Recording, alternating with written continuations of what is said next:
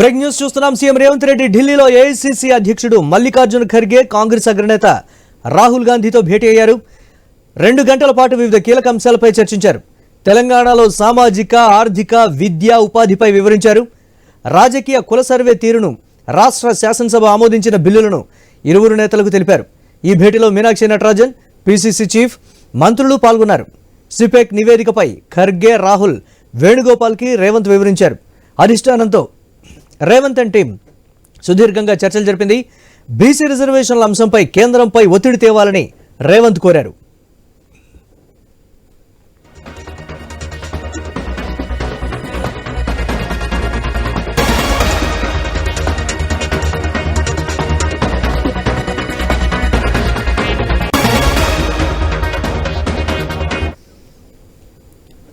మల్లికార్జున ఖర్గే నివాసంలో కీలక సమావేశం జరిగిందని పీసీసీ చీఫ్ మహేష్ కుమార్ గౌడ్ వివరించారు.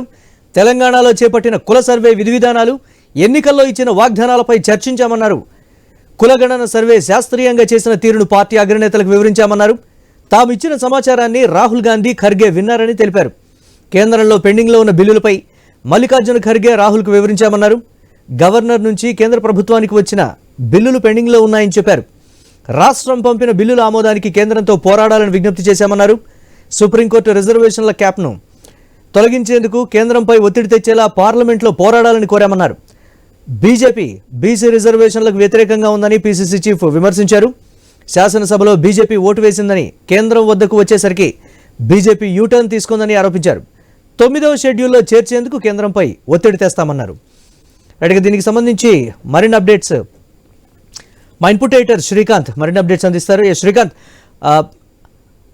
అగ్రనేత రాహుల్ గాంధీ అలాగే మల్లికార్జున ఖర్గేతో సీఎం రేవంత్ రెడ్డి భేటీ అయ్యారు. వివిధ అంశాల మీద కూడా చర్చించినటువంటి పరిస్థితి, కొన్ని పార్లమెంట్లో కూడా కీలకంగా మాట్లాడాల్సినటువంటి అంశాల మీద కూడా చర్చ జరిగినట్లుగా తెలుస్తోంది. అప్డేట్స్ ఏంటి ఓవరాల్గా?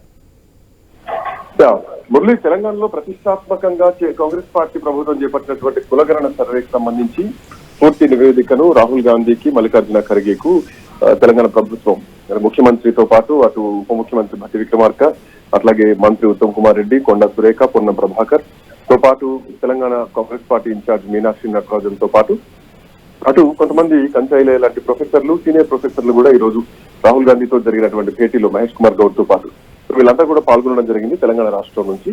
సో కులగణన ఎట్లా చేస్తాం ఏంటి అనేది పూర్తిగా తనకి రాహుల్ గాంధీ తర్వాత ఆయన మిగతా అంటే సామాజిక, ఆర్థిక, విద్య, ఉపాధి పైన కూడా ఎట్లా రిజర్వేషన్ అమలు చేయాలి, ఎట్లా చేయగలుగుతాం అన్నది కూడా చెప్పడం జరిగింది. సో తెలంగాణలో కుల సర్వే తీరును కానీ, రాష్ట్ర శాసనసభ ఆమోదించినటువంటి బిల్లుల మీద మిగతా నేతలు అంటే తెలంగాణ బీజేపీ నేతలు శాసనసభలో ఆమోదించి, బట్ జాతీయ వ్యాప్తంగా వచ్చేసరికి మాత్రం రామచంద్రరావు లాంటి నేతలు మీరే హామీ ఇచ్చారు, మీరే అమలు చేసుకోవాలని మాట్లాడుతున్నటువంటి తీరు పైన అటు పార్లమెంట్ లో ఖచ్చితంగా అంశాన్ని లేవనెత్తాలి అన్నది మాత్రం అటు రేవంత్ రెడ్డితో పాటు రాహుల్ గాంధీ, మిగతా మల్లికార్జున ఖర్గే వీళ్ళందరికీ కూడా ఆయన విజ్ఞప్తి చేయడం జరిగింది.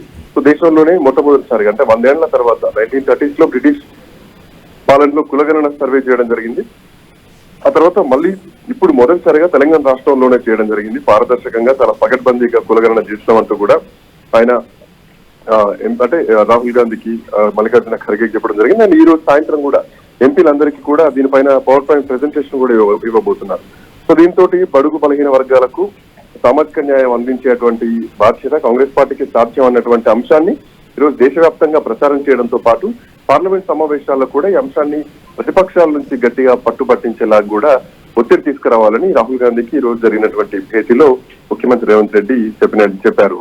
మురళి, కాంగ్రెస్ పార్టీ రాష్ట్రానికి సంబంధించినటువంటి కొన్ని అంతర్గత సమస్యల గురించి కూడా చర్చించినట్లుగా కూడా తెలుస్తుంది. దానికి సంబంధించి ఎటువంటి అప్డేట్స్ ఉన్నాయి శ్రీకాంత్?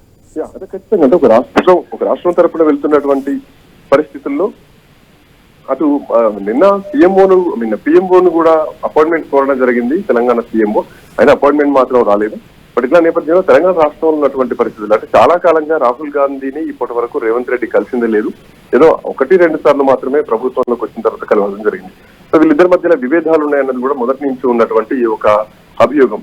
సో ఇట్లా నేపథ్యంలో చాలా కాలం తర్వాత రాహుల్ గాంధీని ఈ రోజు రేవంత్ రెడ్డి కలవడం, అది కూడా మిగతా మంత్రులు అందరితో కలవడం, ప్రత్యేకంగా కలిసినట్టు కాకుండా ప్రభుత్వం తరఫున కులగణన చేసినటువంటి క్రమంలో రాష్ట్ర ప్రభుత్వం తరఫున భేటీ కావడం జరిగింది.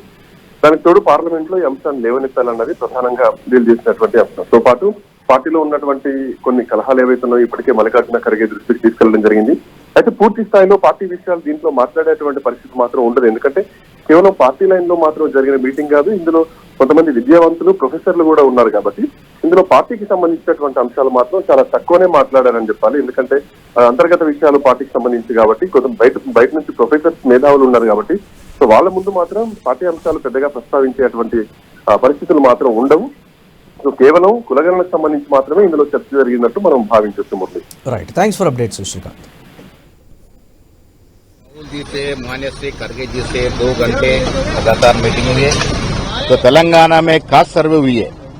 कास्ट सर्वे जिस मॉडल में करे उनके बारे में खुलासा उनको डिटेल एक्सप्लेन करी गई है। बहुत सारे प्रश्न राहुल गांधी ने पूछा है, उनके खुलासा की गई है। और 42% रिजर्वेशन जो बिल हम लाए हैं तेलंगाना असेंबली में, वो 2 बिल के बारे में चर्चा हुई। और 2 बिल अभी केंद्र सरकार का पेंडिंग है, 52% कैप की वजह से पेंडिंग है। वो पेंडिंग को पार अगर करना है तो 9th शेड्यूल में इसको लाना है। इसके लिए राहुल गांधी जी को और खड़गे जी को हम रिक्वेस्ट करें, एक मूवमेंट चलानी होगी। बगैर मूवमेंट का बीजेपी पार्टी इसको एक्सेप्ट करने वाली नहीं है। खुलासा हो गई है हमारे स्टेट बीजेपी प्रेसिडेंट की बातों से, बयान से, कि बीजेपी पार्टी ओबीसी के खिलाफ है, ओबीसी रिजर्वेशन के खिलाफ है। इसके लिए हम लड़ेंगे। बहुत साइंटिफिक मॉडल में सर्वे की गई है।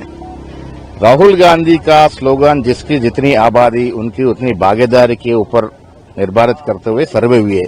सर्वे एक ऑफिशियल डॉक्यूमेंट दी गई है, किसकी पॉपुलेशन कितनी परसेंटेज है, ये आज ऑफिशियल डॉक्यूमेंट है।